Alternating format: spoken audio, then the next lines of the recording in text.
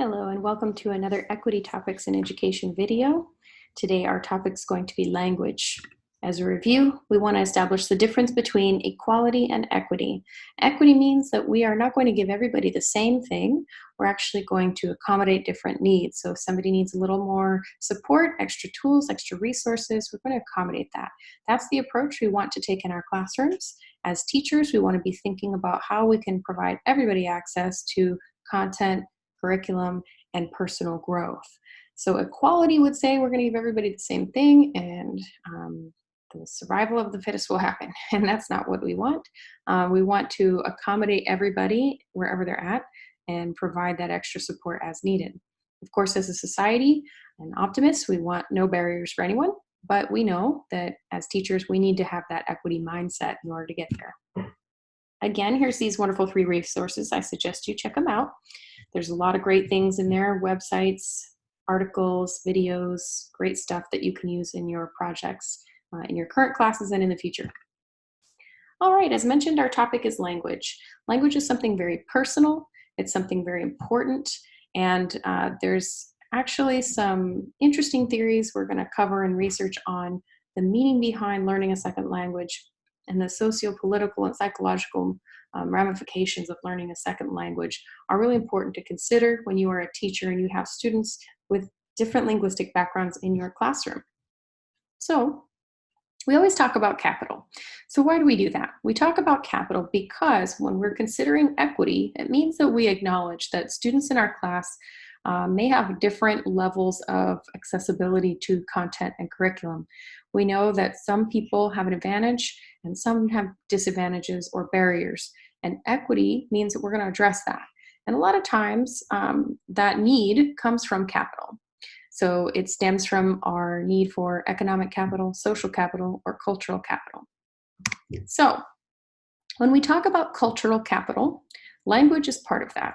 Okay, it encompasses things like education, language, customs, and they tend to be those that are prevalent in the dominant culture. At least that's what we see in our society. That does not mean that minority groups do not have cultural capital. In fact, they have it. We just want to make it more valuable in our school setting so that now they can actually have social capital. So if we acknowledge the cultural capital everyone has, then we provide more opportunities for upward mobility.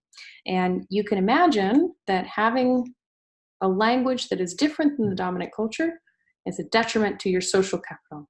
Hence, it's difficult if you are low on economic capital and you don't have the language of the dominant culture. It's hard to have that upward mobility. So as educators, it's something we really need to think about with our students, but we need to think about it in a way that's going to respect the cultural capital that they have, as opposed to a mindset of assimilation. We don't necessarily want that. So in the past, we've had concepts about language and culture that revolved around the idea of a melting pot. You might have heard that America's a big melting pot. We're moving away from that. We don't believe that anymore in education. We want to focus on the idea of more of a salad. Everybody retains who they are and they're part of the bowl of the salad, but you don't have to mesh in with everybody and change and be more like them. And that's not what schooling is for. I know that is what schooling has been like in the past for many people, and we want to correct that. We want people to obtain bilingualism and biliteracy, as you see under this first bullet, and we want to promote that, but we want to also promote cultural capital and that they can retain their identity and culture within that. So there are some theories related to language acquisition that you could look up: behaviorist, nativist, and functional. This presentation won't get into it, but if you're doing a research project on that, you should definitely do some searching and see which one matches what you're looking for, okay? Now, when we talk about bilingualism and biliteracy, we need to understand that they are different, but they are also both valuable for the betterment of the global society. Everybody benefits. And there's a quote there from the National Clearinghouse for English Language Acquisition. Talks about how bilingual students and aspiring bilinguals are huge assets to the global economy. In addition, those native English speakers benefit because they learn about people from other cultures and countries. So we have to view it as a value added to our classroom, not as a detriment or a deficit. Aggressive forms of teaching language in the past that have been focused on assimilation and loss of first language or even punishment or negative things related to learning a second language is really ugly. It is part of our past and our history in US schools, which we want to get away from that.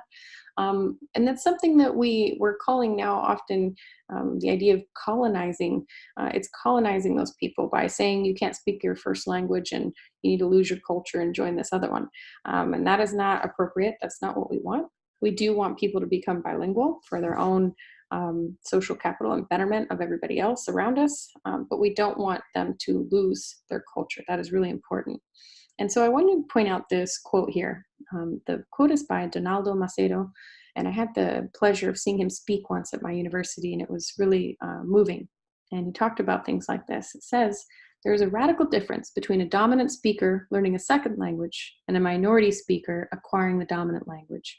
While the former involves the addition of a second language to the dominant speaker's linguistic repertoire, the latter usually provides minority speakers with the experience of subordination in speaking both their own language, which is devalued by the dominant values, and the dominant language they have learned often under coercive conditions. So that's a lot to take in, but we need to really consider that in our classrooms. How are we treating our students when they're trying to learn a language? Are we valuing their first language? Are we treating them in such a way that they feel subordinated or coercing them and forcing them into an ugly situation that they're not comfortable with? And that's something we need to be very careful of. It's very important that students learn a language in a positive light, that they retain their cultural capital of their first language, and become biliterate and bilingual at the same time. So now that we know language is a form of cultural capital, you can see that in your textbook. There's a lot more about that. You can also look up some of these people that I've been quoting here. Macedo is an important one. You can check him out.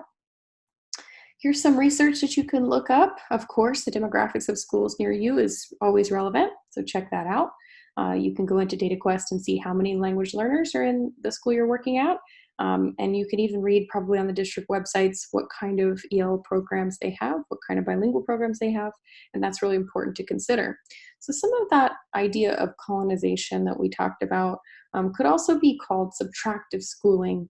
And so there's a wonderful book by Valenzuela, and it's a little old now, almost 20 years old now, but it's really an important piece of work because it outlines how our school system actually removes cultural capital from students instead of adding to it in our old systems. And we need to be really aware of how we're going to create and exemplify that respect for one's culture so that we are creating social capital.